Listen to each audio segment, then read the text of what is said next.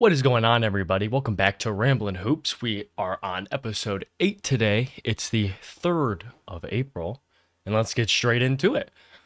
Okay, first things first for Ramblin' News. We only have one thing today. Taylor Jenkins got fired. Most of you probably have seen that already. He's the Grizzlies head coach.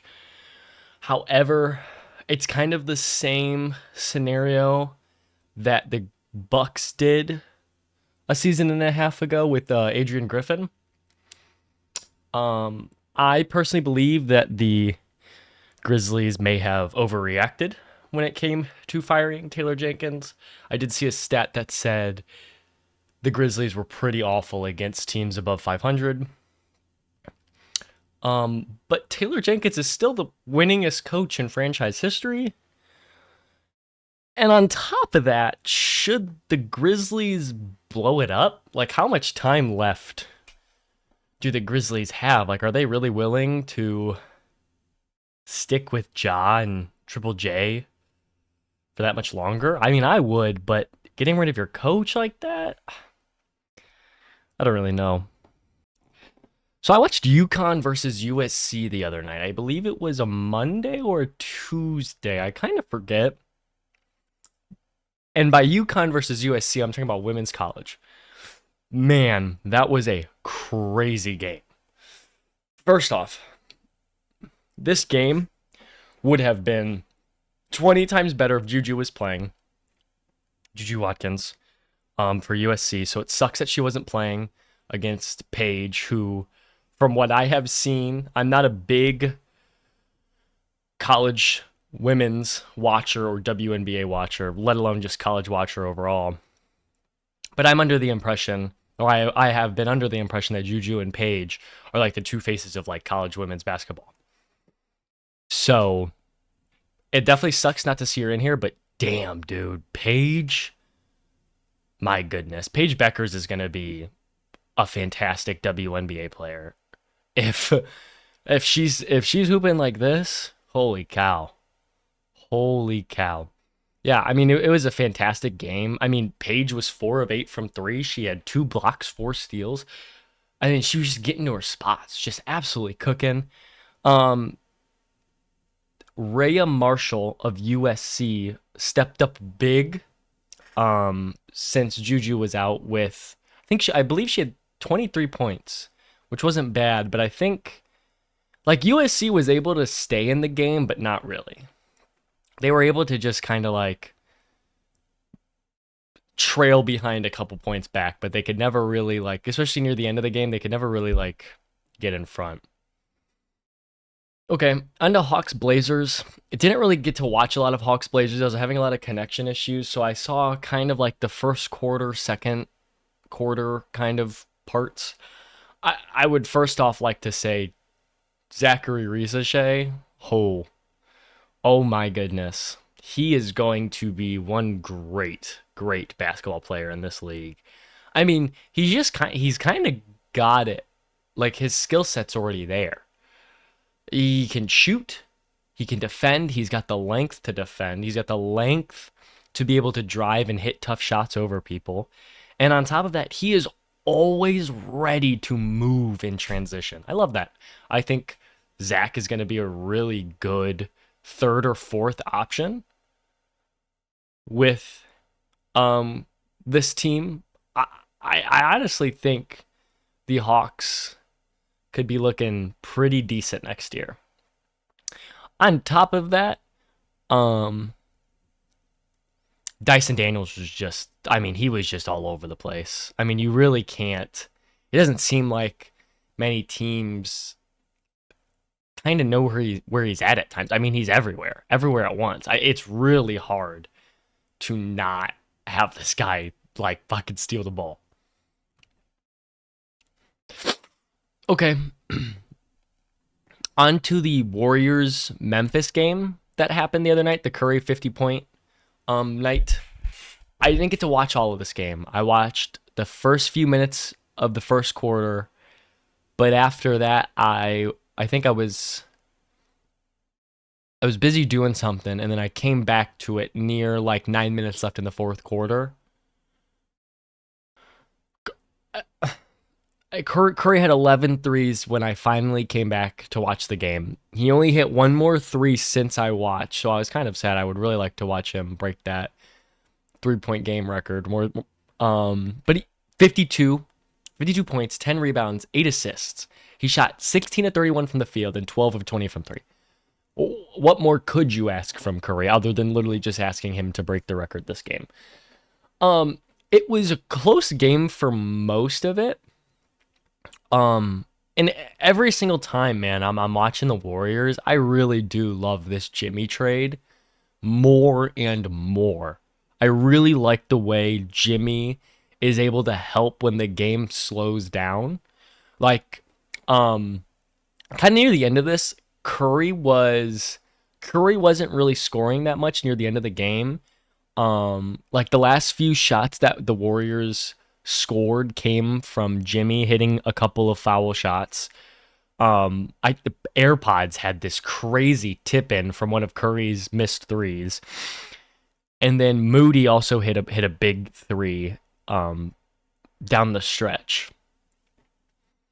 And back onto the Taylor Jenkins thing, since this Warriors Grizzlies game, like they're 4-0 or they're 0-4. They've lost 4 straight since firing Taylor Jenkins. Now they have been going up against some pretty good the Grizzlies have been going up against some pretty good talent, but I'm honestly fearful of them in the playoffs. I believe the Rockets just took the 2nd seed, and the Warriors, I believe, are now like 4th or 5th seed. I believe the Grizzlies have now fallen in probably the bottom 4 of the top 8 teams. I did get to watch this Nuggets-Wolves game. I kind of saw what time it was going to be on, and I was like, I don't feel like staying up till 1 o'clock watching this game. I have school. I have a life. And I'm glad I didn't. Because it was probably up, and it went into double overtime. Jokic had 60-point triple-double. But am I sad about missing that? I am. I'm very sad about missing that 60-point triple-double. I would have loved to have seen that. I got to see Luka's last year, which was really cool. But then there was a lot of stuff going on with the ending of that game, and I watched the later, like that last portion of Russ, and I've heard a lot of people talk about it. I would just like to say that is just what you get with Russell Westbrook. I don't know how to explain it other than that Russell Westbrook just always plays at 100%. You're just going to have these times where he smokes a wide open layup to build your lead and then immediately go and foul a shooter to lose the game. Like that just, like especially now this late into Russ's career, that's just what you get from him. I don't understand why there's so many people who are freaking out over Russ doing this, because this has just been Russ's game. If I was Russ, and I'm sure Russ feels some type of way about, them losing that game, but it wasn't just Russ that lost in the game. This Nuggets defense was horrendous. Horrendous. I feel so bad for Jokic that he is on this team. And the Wolves have gone on to sweep the Nuggets in the regular season. This last game they were missing they were missing Jamal Murray and Michael Porter Jr. So the fact that it went to double OT and they only lost by, I believe, 1 or 2, that's more on like the Nuggets. Rudy Gobert, I did see, did foul out at one point. So Julius Randle, I'm pretty sure, was given the assignment of guarding Jokic, because either Naz Reid wasn't playing or he's hurt right now. Okay, on to the Cavs versus Knicks. The Knicks started this first half off so hot. So hot. OG Anunoby, I believe, was like 6 of 8 from the field by halftime. Or like 7 of 10. And had like 19 points. The Cavs did not seem like they had any answers for this New York Knicks team. However, OG was cooking. Hart was hitting a couple nuts threes. And Cat was playing really well. But that didn't last long. OG got into foul trouble really early into the game. And that definitely caused him, in my opinion, to cool down. Because now he's getting taken off because he's got 3 fouls in the first half already. He's got 4 fouls like immediately into the third quarter. And this foul trouble caused the Cavs to absolutely get hot, especially going into that second half. I don't know what Kenny Atkinson said to them, but they were on fire. I mean, whether it was the Spida or Mobley lineups out there, or if it was the Garland, Jared Allen lineups, it didn't matter. Everyone was eating. Everybody has been eating on this team. I really like this team basketball kind of way the Cavs are running. They remind me a lot of kind of like the later years Timmy Duncan Spurs with Manu and Kawhi and Tony Parker. Like everybody eats in this system, and I really love that. In that Jared Allen Darius Garland pick and roll game, I mean, Jesus. And on top of those Donovan Mitchell transition threes, like there's literally just nothing. When Spida gets hot, there's just nothing you can do. And the Knicks are winless against the Cavs and the Celtics this season. The 3rd seed hasn't beaten the top 2 seeds in the East. Well, yeah. You see how good the Cavs and the Celtics are? Of course. The Knicks are missing Jalen Brunson. But OG has been turning it up on offense, though. He really has recently. And his defense has not taken a dip either when it comes to him. Sorry, I just hit my desk. When it comes to him still having the offensive load that he has without Jalen Brunson. All right. Very last game that I watched. I didn't really get to watch a whole lot. That's my fault. I've really been slacking recently after I took that break. Or not after I took the break, but after that exam. So I apologize. I'll get better. I definitely want to get better. So final game, we have Pistons versus Thunder.